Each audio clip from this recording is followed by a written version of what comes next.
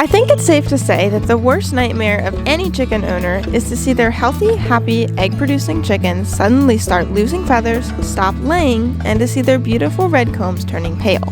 Your first thought may be that they have lice or mites, and truthfully, this isn't a bad one, as these can be symptoms of lice and mites, which we will discuss in another video. However, if no external parasites, feather damage, or mice or louse egg clusters at the base of the feathers are present, you can take a good guess that your birds are probably molting. In this video, we will be going over what molting is, why chickens molt, signs of molting, and what you can do for your chickens while they are molting. Molting is something almost every, if not all, bird species go through, both males and females, and it involves losing their feathers, usually when the days get shorter in the case of chickens, and growing them back for a new set of feathers for the spring mating season to keep them warm or just to replace old ones. Molting is necessary as a lot of wear and tear happens to their feathers throughout the year. If you start with young chicks in the spring, don't expect them to molt until the following fall.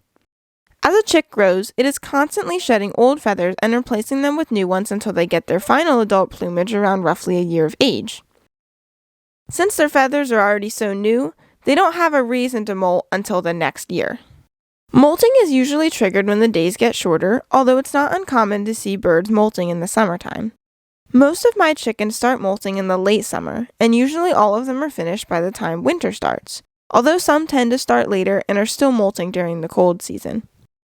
Every chicken molts differently, and some molt harder than others, which just means that they lose more feathers than others, so the process usually takes anywhere between 2 and 12 weeks. Molting is completely natural and nothing to be alarmed about. However, there are a couple things we can do to help our chickens while they are molting.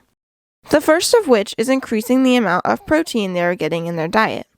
Growing new feathers requires more protein than their bodies would normally demand. Although I am not a vet or animal nutritionist, from my experience, changing from a regular 16% layer feed to an 18 to 22% protein feed helps speed up the molting process. Feeds like these are usually under the names Flock Raiser, Flock Maker, or All Flock. Keep in mind that these feeds are usually meant for mixed flocks of chickens, ducks, and some even cater to turkeys. If you're looking for a chicken-specific feed, you might want to look at Nutrina's Feather Fixer or Calmbox Full Plume Feathering Feed. If you decide to use a higher protein feed for your molting chickens, make sure that once they are done molting, you switch them back to a regular layer feed. When chickens are molting, extra protein is good, since it helps them regrow their feathers. When they are done molting, since they shouldn't need that extra protein anymore, it could damage their liver, doing more harm than good. And of course, anytime you switch feeds, be sure that you transition them slowly. You can do this by mixing a little more of the new feed in with the old feed every day until they are completely on the new feed. You could also look into feeding hard-boiled or scrambled eggs as a high-protein source for your chickens. Many have had success with black oil sunflower seeds, sprouted seeds, or dried mealworms, although I've never tried these. There are many options out there. Just be sure that whatever you choose doesn't become their entire diet. It is recommended that only 10% of a chicken's diet be treats, and that's very roughly about 2 tablespoons per chicken. And of course, it is less for bantam-sized chickens. Since chickens don't molt every year, in case you have some chickens that are still laying, it's a good idea to keep their calcium intake up to support strong eggshells. My favorite ways to supplement calcium are free choice crushed eggshells or free choice oyster shells. To get the birds used to it, you could mix a little into their feed, but once they are used to it, you should offer it in a separate dish or feeder so your birds that aren't laying don't get too much calcium. If you don't provide a free choice calcium supplement, you might start getting shellless or thin-shelled eggs. Eggs like these can be dangerous for your chickens because they usually have a harder time getting them out. I'll link a video about that in the description. Another thing you can do to help your molting birds is to ensure flock stress levels are at a minimum. A great way to do this is to avoid handling birds that don't like to be handled unless absolutely necessary. It is always important to make sure that your coop and run or free-range area is predator-proof, as well as ensuring that predators cannot frighten your chickens from afar. As food becomes more scarce when it gets colder, predators tend to become bolder, so be sure you go above and beyond in securing your coop. Keeping your run covered with a secure roof, using wire like hardware cloth on your runs, and ensuring predators can't dig underneath is a great place to start. Getting attacked or even just being exposed to a predator could really put molting chickens over the edge. It's always important to provide enough feeders and waters for your chickens or other poultry so there's no fighting around feeding time. If you haven't done that already, definitely do that before your chickens start molting so there's no unnecessary fighting. And don't be too alarmed if chickens that are going through a hard molt tend to sleep apart from the flock. Separating from the flock can be a sign of disease though, so be on the lookout for any other symptoms like lethargy, sneezing, loss of body condition, or abnormal feces.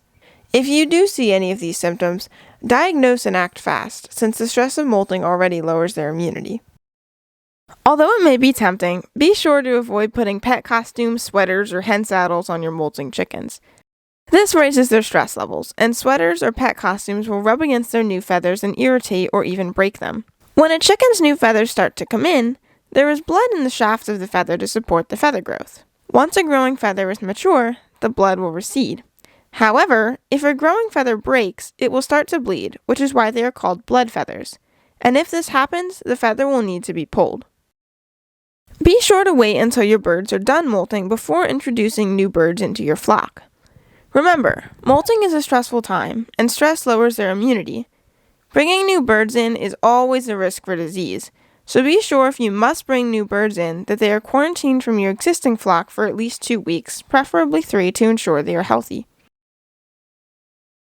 As you change your birds onto a higher protein feed with a free choice calcium supplement, you may notice some will start to lay again, but this isn't always the case. Since chickens usually start molting when the days get shorter, by the time they are finished molting, it is highly likely that the days are just as short, if not shorter, than they were when the chickens started molting. It is estimated that chickens need about 14 hours of light a day to make an egg. If getting eggs is a high priority for you, you could look into putting a light with a timer in your coop so your chickens get more light. If you do this, be sure you don't leave it on all night, as it will destroy their sleep cycles. An important thing to keep in mind, though, is that when a female chick hatches, all of the eggs she will ever lay are already inside of her. Of course, they are microscopic and don't start growing until she's ready.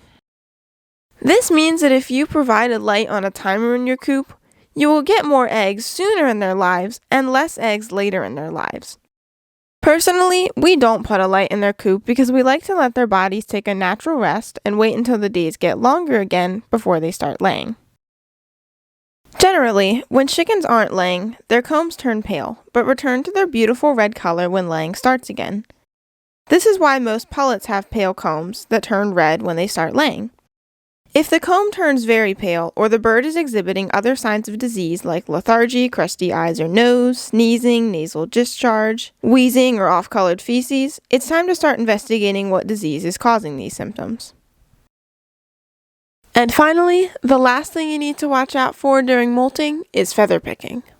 This is a hard thing to spot, since evidence of feather picking and molting look very similar. Feather picking is usually the result of chickens that are bored or lacking protein. Since feathers are roughly 80 to 85% protein, birds that are deficient in protein tend to pick on their flock mates, especially birds that are low in the pecking order for their own sake.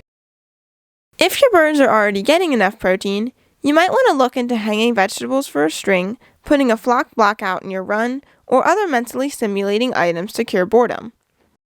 If this doesn't work, you might want to look at expanding your run or allowing your birds to free range.